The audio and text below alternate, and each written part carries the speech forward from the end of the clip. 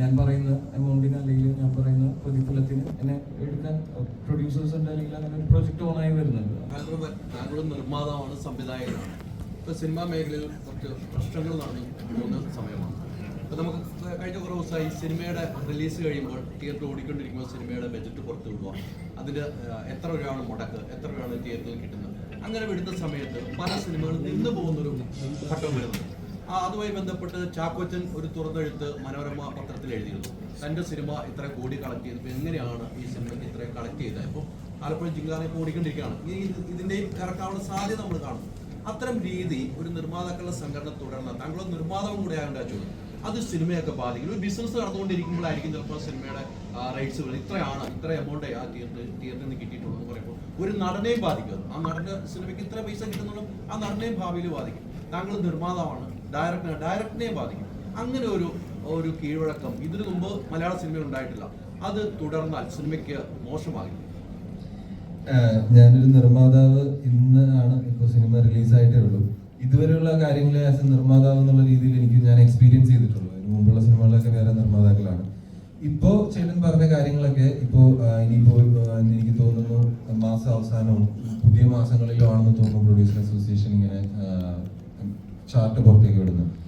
അവരത് വിട്ടാലാണ് ഇനി എന്റെ സിനിമയ്ക്ക് എന്ത് സംഭവിക്കും, അല്ലെങ്കിൽ ആ സംഭവം കൊണ്ട് എന്റെ സിനിമയ്ക്ക് എന്താണ് ബുദ്ധിമുട്ടാണോ അല്ലെങ്കിൽ പോസിറ്റീവായിട്ടാണോ സംഭവിക്കുക, അല്ലെങ്കിൽ സോഷ്യൽ ഇമേജ് എങ്ങനെ ഉണ്ടാകും എന്നുള്ളതൊക്കെ എനിക്ക് എക്സ്പീരിയൻസ് ചെയ്യാൻ പറ്റിയിട്ടുള്ളൂ.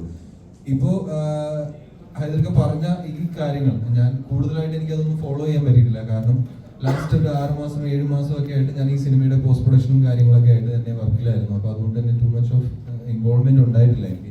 അതുകൊണ്ട് തന്നെ അതിന്റെ സോഷ്യൽ എന്താണ് അതിനുള്ള ഇമ്പാക്ട് എന്നുള്ള കാര്യങ്ങൾ എനിക്കറിയില്ല. നമുക്ക് നോക്കാം. പിന്നെയെന്ന് വെച്ച് കഴിഞ്ഞാൽ വളരെ സീനിയർ ആയിട്ടുള്ള ആളുകളാണ് ഇത്തരം അസോസിയേഷന്റെ ടോപ്പിലിരിക്കുന്നതും ഡിസിഷൻ മേക്ക് ചെയ്യുന്നതും കാര്യങ്ങളൊക്കെ വളരെ എക്സ്പീരിയൻസ്ഡ് ആയിട്ടുള്ള ആളുകളാണ്. അവർ എന്താണ് ഉദ്ദേശിക്കുന്നത് എന്നുള്ളത് ആസ് എ പ്രൊഡ്യൂസർ അല്ലെങ്കിൽ ആസ് എ ഡയറക്ടർ ഫ്യൂച്ചറിൽ എന്താണ് സംഭവിക്കാൻ പോകുന്നതെന്ന് നോക്കിക്കാണാൻ ഞാനും വളരെ എക്സൈറ്റഡ് ആണ്. കാരണം ചേട്ടൻ പറഞ്ഞ പോലെ പുതിയ കാര്യമാണ്. ഇതുപോലെ തന്നെ ഈ താരങ്ങളുടെ പ്രതിഫലത്തിന്റെ കാര്യം ചർച്ചയാവുന്നുണ്ട്. നെറ്റിലൊക്കെ സിനിമകൾ ഇങ്ങനെ വിജയിച്ചിങ്ങനെ പോയി, അപ്പോൾ താരങ്ങൾ അമിത പ്രതിഫലം വാങ്ങുന്നു, അത് നിയന്ത്രിക്കണം, ഇങ്ങനെയൊക്കെയാണ് നിർമ്മാതാക്കളുടെ സംഘടന പറഞ്ഞുകൊണ്ടിരിക്കുന്നത്. അപ്പൊ ആ കാര്യങ്ങളൊക്കെ പറഞ്ഞുകൊണ്ടിരിക്കുന്ന ഓരോ സിനിമകളുടെ വിജയത്തിലേക്ക് നമുക്ക് നമ്മുടെ പ്രതിഫലം നമുക്ക് കൂട്ടേണ്ട ആവശ്യമുണ്ട്. അല്ലെ, നമ്മളൊരു സിനിമ വിജയിക്കുമ്പോഴാണ് എല്ലാവരുടെയും പ്രതിഫലം കൂട്ടാം. അപ്പൊ അതിനെതിരെ ഇവർ ശബ്ദം ഉയർന്നു. ഒരു സിനിമ വിജയിച്ചാൽ ആ നടൻ വീണ്ടും പ്രതിഫലം കൂട്ടുന്നു, 1 കോടി മേടിക്കുന്ന ആൾ 2 കോടി മേടിക്കുന്നു എന്നൊക്കെ ഇവർ പറഞ്ഞു. അത് നിങ്ങളെപ്പോലുള്ള ഇപ്പോൾ വരുന്ന യുവ തലമുറയ്ക്കും അത് ബാധകമാവുന്നുണ്ട്. അത്രയൊക്കെ ഒരു കാര്യങ്ങൾ വരുമ്പോൾ നിസിൽ എന്നൊരു ആക്ടർ, അത് ഗണപതി ഉൾപ്പെടെയുള്ളവർ പറയണ്ട കേട്ടോ, നിങ്ങളെല്ലാവരും പറഞ്ഞാൽ നിങ്ങളെല്ലാം നല്ല ആക്ടറേഴ്സ് ആണ്. അങ്ങനെ വരുമ്പോൾ അത് നിങ്ങളുടെ ജീവിതത്തിലെ ബാധിക്കുന്നുണ്ടോ? ലുക്ക് പറയണം, നിങ്ങളുടെ ജീവിതത്തിൽ ബാധിക്കുന്നുണ്ടോ? എന്നെ ഇതുവരെ ബാധിച്ചിട്ടില്ല. കാരണം ഞാൻ വർക്ക് ചെയ്യുന്നുണ്ടല്ലോ. ഞാൻ പറയുന്ന എമൗണ്ടിന് അല്ലെങ്കിൽ ഞാൻ പറയുന്ന പ്രതിഫലത്തിന് എന്നെ എടുക്കാൻ പ്രൊഡ്യൂസേഴ്സ് ഉണ്ട്, അല്ലെങ്കിൽ അങ്ങനെ ഒരു പ്രൊജക്ട് ഓണായി വരുന്നുണ്ട്. അപ്പൊ എന്നോട് ഇതുവരെ ആരും അങ്ങനെ പ്രതിഫലം കുറയ്ക്കാൻ വേണ്ടി ആവശ്യപ്പെട്ടിട്ടില്ല. എനിക്ക് അങ്ങനത്തെ ഒരു എക്സ്പീരിയൻസ് ഉണ്ടായിട്ടില്ല. കൂട്ടത്തിലൊരു സൂപ്പർ സ്റ്റാർ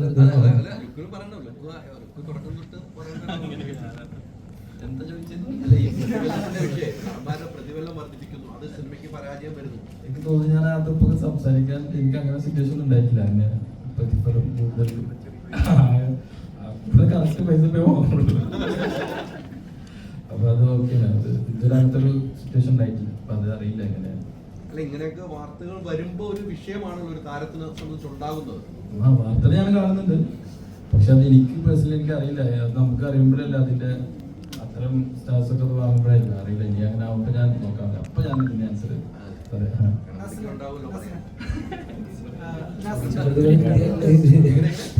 പരാതിപ്പെടേണ്ട കാര്യമുള്ളൂ.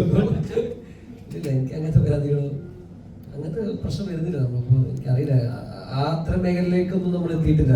നമുക്ക് ഹാപ്പിയാണ് ഇപ്പം ഉണ്ടാകുന്ന പരിപാടികളിലൂടെ. നമുക്ക് അത്യാവശ്യം ചോദിക്കുന്ന പരിപാടികളൊക്കെ കിട്ടുന്നുണ്ട്. ഹാപ്പിയാണ്, നമ്മൾ വർക്ക് ചെയ്യുന്ന ആൾക്കാരോട് ഹാപ്പിയാണ്. അതിൽ കൂടുതലൊന്നും സംസാരിക്കാൻ എനിക്ക് ഇതിൽ ആളല്ല. അതുകൊണ്ടാണ്